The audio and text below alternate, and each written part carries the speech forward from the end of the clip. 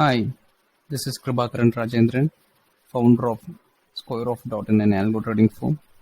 In this video, we'll be covering about a 200-day moving average investing strategy with a different approach.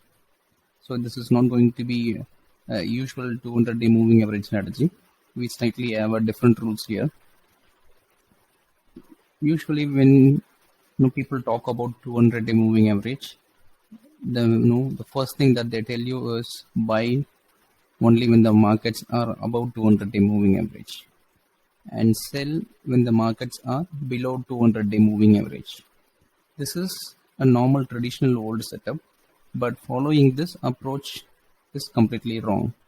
It cannot give you the complete picture, and you would not be able to buy the stocks at the right time with this strategy. So we have a different approach using this 200-day moving average.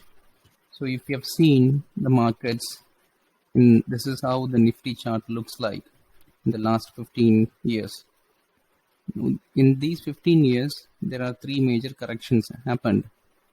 And if you now apply a 200-day moving average, this is how a chart looks like, where during the Jan or during the February 2008, market started going down below 200-day moving average, and only in the April it recovered back.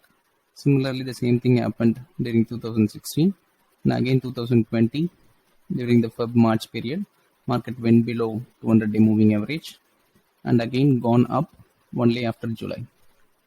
So we would be completely missing this downward movement. These are the best opportunities to invest when the markets were down. Instead of following a 200-day moving average as per the traditional method, we are going to follow a 4-step process. First thing is we need to apply the 200-day moving average to the Nifty 50 stocks instead of Nifty index. So this would tell you how many number of stocks are trading below 200-day moving average and how many number of stocks are trading above 200-day moving average.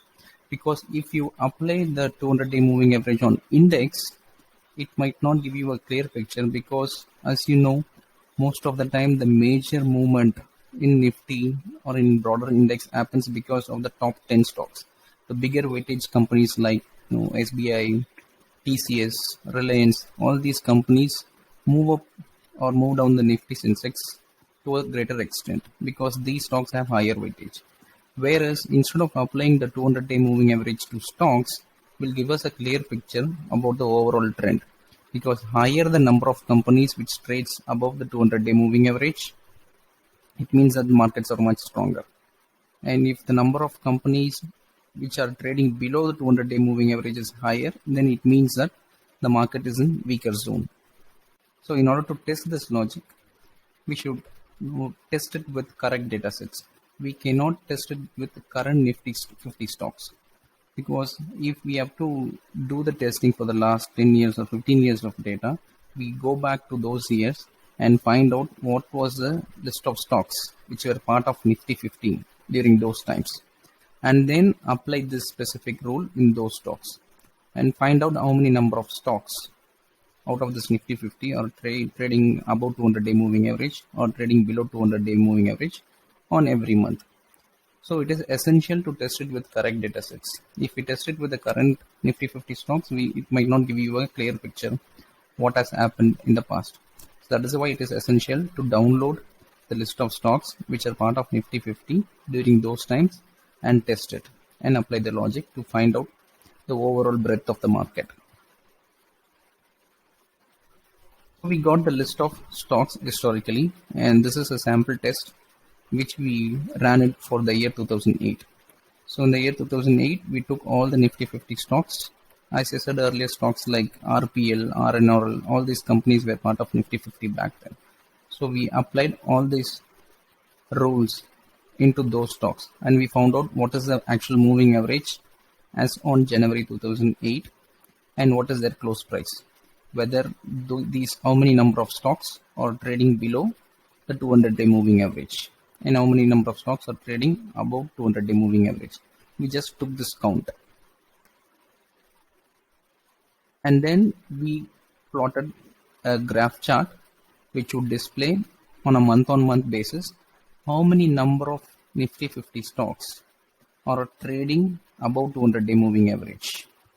As you could see, there were periods like 2008, 2011, and 2016 and 2020. These are the periods where number of stocks were extremely low. Number of stocks trading above 200-day moving average is extremely low. And again, in the period of 2009, you could see almost more than 40 to 50 stocks were above 200-day moving average, because that was the time market recovery happened. More number of stocks were moving up, index were moving up, and also the market was completely bullish. And again, the correction happened in 2011, where very lesser number of stocks were trading above 200-day moving average. Even this recent correction that happened in the last year due to coronavirus, you could see only 10 stocks out of Nifty 50 were trading above 200-day moving average during the March month. So these periods are the golden periods for investment. So if someone has wanted to make an investment and do not know when to do it, just track this data of finding how many number of stocks are trading above 200-day moving average on a month-to-month basis, and check if it is going down. If it is going down, the market is in bearish phase, and if it is extremely down, then that is some time where you should invest your money in all these stocks. And if it is moving up, then it means the market started recovering and more upside is expected.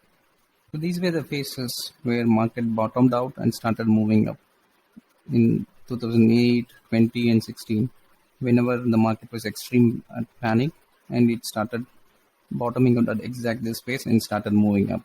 If we compare this chart with our historical chart of the stocks trading above 200-day moving average, both the cases matches exactly. During 2008-9, market bottomed out during the September-December period and started moving up, and those were the exact periods where number of stocks trading above 200-day moving average was extremely low. It was just below 5. And again, the same thing happened with 2016, and same thing happened with the recent 2020 as well, where number of stocks trading above 200-day moving average was just 10. And it completely matches with the period where stock market bottomed out. So a good time for long-term investors to get into the market is to track the number of stocks which are trading above 200-day moving average on a month-to-month basis.